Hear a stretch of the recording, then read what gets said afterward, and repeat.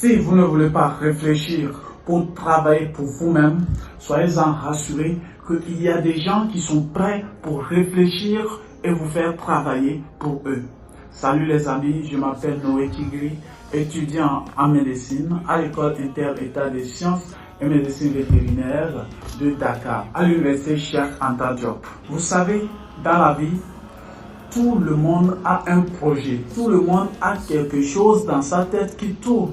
Mais comment transformer cette idée qui tourne dans la tête en une réalité est un sérieux problème de nos jours. Voilà pourquoi dans cette vidéo, je vais vous donner 4 principaux piliers que vous pouvez suivre pour transformer votre idée que vous avez dans votre tête en une réalité. Bienvenue sur cette chaîne Vétérinaire Entrepreneur.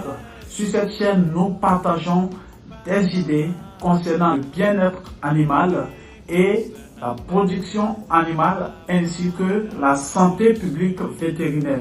Si vous êtes intéressé par cette thématique, je vous en prie de liker la vidéo, activer la cloche de notification pour ne plus manquer les prochaines vidéos. Sans plus tarder, le plan numéro 1 que j'ai nommé ici, Business Plan, c'est un document dans lequel résume tout ce que vous avez comme idée dans votre tête.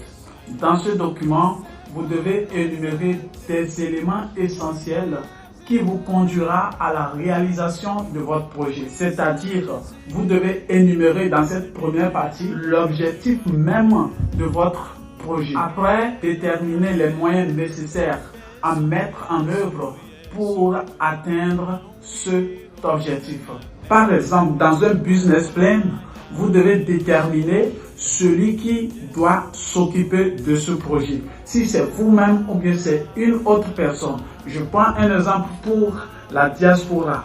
Toi qui es à la diaspora en Europe, en Asie ou en Amérique et tu veux réaliser un projet, n'est-ce pas, en Afrique, c'est bien évidemment que ce n'est pas toi qui vas s'occuper de ce projet, eh bien c'est quelqu'un d'autre. Alors tu dois déterminer cette personne dans le business plan. Vous devez aussi dans ce plan déterminer tous les atouts que vous avez à la réalisation de ce projet. Je prends un exemple pour un projet d'élevage. Vous allez voir, est-ce que vous avez déjà un local?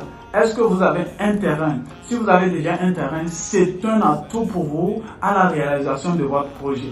Car aucun projet ne peut se réaliser, surtout l'élevage, sans un local. Et ensuite, vous devez déterminer ou exposer d'éventuels risques liés à votre environnement sur le plan économico, politico, socioko, juridico, professionnel. Et c'est dans cette partie de votre projet que vous devez prévoir votre chiffre d'affaires. Qu'est-ce que vous attendez de ce projet? À la fin, quel serait votre atout? Qu'est-ce que vous allez gagner à la fin de ce projet? Et ensuite de ceci, maintenant déterminer la date du début de votre projet.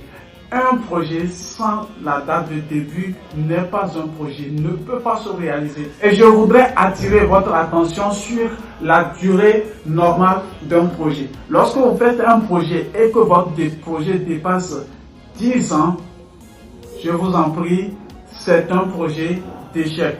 Vous ne pouvez pas faire un projet et l'étendre sur 10 ans pour avoir un chiffre d'affaires. Si c'est le cas, c'est de l'échec. Vous devez faire un projet qui est court dans le temps et qui doit vous rendre. Capital, comment vous devez le déterminer? Vous devez énumérer tous les éléments que vous avez besoin, tous les matériels, les équipements que vous avez besoin dans votre entreprise. Et c'est sur cette base que vous pouvez déterminer le capital destiné à votre projet. Lorsque vous n'avez pas un terrain, cela suppose que vous devez lui chercher, vous devez lui payer ou le louer. Lorsqu'il s'agit de l'élevage de poulets ou de l'élevage en général, vous devez forcément faire un bâtiment, chercher les aliments, dépendamment de votre élevage que vous voulez mettre en place, et ensuite payer les sujets que vous voulez élever, c'est-à-dire les animaux. La troisième partie maintenant consiste à trouver un marché de niche. Puisque vous avez déjà fait votre business plan et que vous connaissez le capital qu'il faut pour financer votre business plan, alors vous devez maintenant penser à chercher votre marché de niche, c'est-à-dire connaître tes potentiels clients. Ici, il s'agit de faire la balance entre le couple produit-marché, c'est-à-dire voir les opportunités et les menaces éventuelles que votre produit peut avoir dans le marché ou dans le village ou encore dans la région que vous voudriez les évacuer. Eh bien, si vous avez déjà ces 3 points, vous tendez vers la fin de la réalisation de votre projet. Ce que vous avez à faire maintenant, c'est de passer à la communication de votre projet. La communication.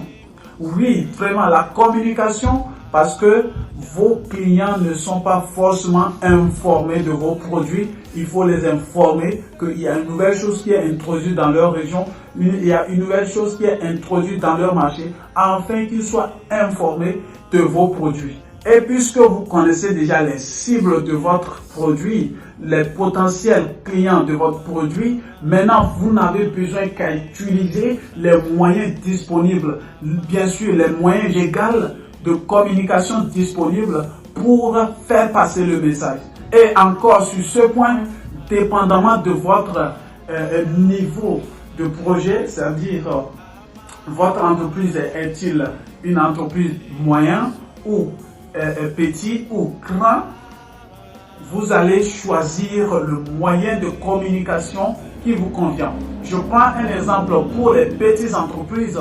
Vous pouvez utiliser des moyens légaux simples qui ne nécessitent pas forcément, n'est-ce pas, de financement.